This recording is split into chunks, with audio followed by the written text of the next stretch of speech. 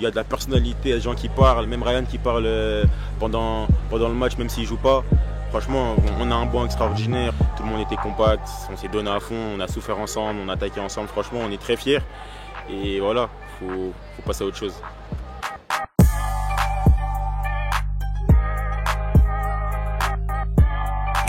Retrouvez votre magazine avec Winamax.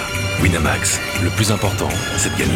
Hello à tous, ravi de vous retrouver dans la quotidienne. Ça sent l'été et les vacances pour tout le monde, sauf pour nos Bleuets qui disputent l'Euro Espoir actuellement. Hier, première victoire contre l'Italie pour leur entrée en lice. 2-1, c'était chaud et ça a même fait scandale chez les Italiens parce que la Nazionale pensait avoir égalisé à la toute fin sur une action dégagée par Castello Luqueba. Le ballon a l'air d'entrer, mais sans VAR ni goal line technology, c'est avantage bleu pour le plus grand plaisir de Manu Koné qui semble avoir donné sa vie durant la rencontre. Ouais, j'ai fini sur cramps, mes deux mollets, franchement, ça montre que c'était très dur. Après voilà, c'est des choses qui font plaisir, ça montre qu'on souffre ensemble, tout le monde était fatigué ensemble. Les 5 dernières minutes additionnelles, c'était vraiment dur. Et je suis fier de l'équipe, de tout le monde, et franchement, c'est un bon début. Et regardez, pour l'occasion, les protèges tibia que nous a sorti Kefren Turam à l'effigie de son frère Marcus. Alors on veut bien voir ceux de Marcus pour savoir s'il a Kefren dessus. En parlant de Ticus, il est au cœur des rumeurs mercato. Selon l'équipe, l'international français aurait signifié au PSG qu'il ne rejoindrait pas le club, il préférerait s'installer de manière durable dans un projet au poste de numéro 9. Je rappelle qu'il est en fin de contrat avec Mönchengladbach et pourrait signer selon le quotidien français à l'AC Milan. Attention quand même Olivier Giroud. Continuons dans cette page mercato. Félicitations à Raphaël Guerreiro qui vient de s'engager pour 3 ans avec le Bayern Munich. Quelle carrière pour l'ancien Lorientais de 29 ans qui était bien installé à Dortmund depuis 7 saisons. On souhaite la même à tous les défenseurs qui sont passés par la Ligue 1. Hier, après le recrutement de Sandro Tonali à Newcastle, Julien vous demandait si vous croyez en Newcastle la saison prochaine en Première Ligue et en Ligue des Champions. Thomas, tu penses que les Magpies peuvent jouer le titre en PL, mais il faudra pour cela de grosses dépenses et un bon mercato cet été à l'image de Tonali. Mais c'est bien parti. Kassim, toi, oui, tu crois en eux parce qu'ils sont intelligents, pas comme le PSG. Balle perdue, gratos.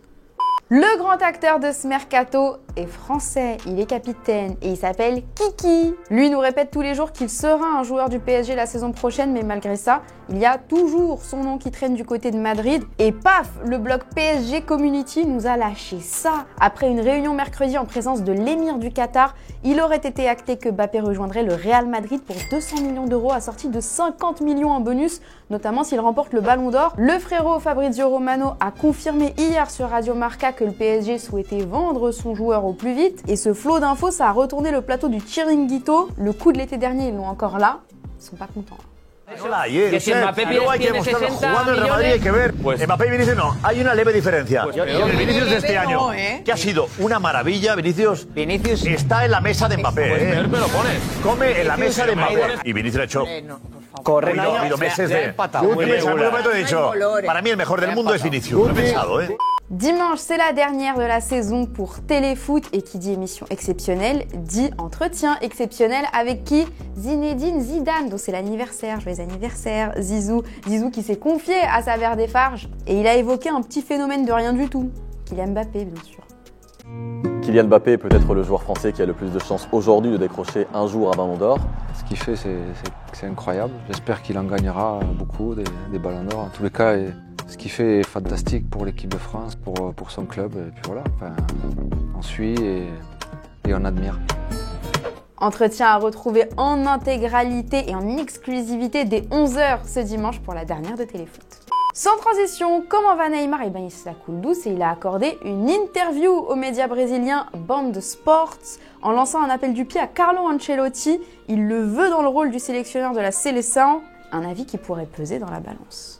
Cara, o Brasil vai ter uma oportunidade de ter técnico estrangeiro, né? E o Ancelotti é cara que ganhou tudo, então com certeza nos ensinará bastante. Et voilà, c'est déjà la fin de la quotidienne et c'est déjà la fin de saison pour la quotidienne. On va se retrouver la saison prochaine, forcément. Mais juste avant, nous, on va pas en vacances. On se retrouve dès lundi 3 juillet pour une spéciale Mercato. Ce sera tous les jours. D'ici là, on se quitte en images et en musique. Ciao. Bonnes vacances. Non, c'est pas les vacances, on se retrouve dans une semaine. C'est carré le S, je suis dans Carrera S. Louis Vuitton, je paye en j'en ai pris 6. On verra plus, garde la pêche. J'ai recompté la quiche. Et il manquait un verre, pas, mais tu m'as rien dit. J'parle comme mes avocats, un peu comme Montana. Cigare Havana, y'a 20 000 dans la banane. Et comme y'a 20 cas dans la banane, j'dois esquiver la douane.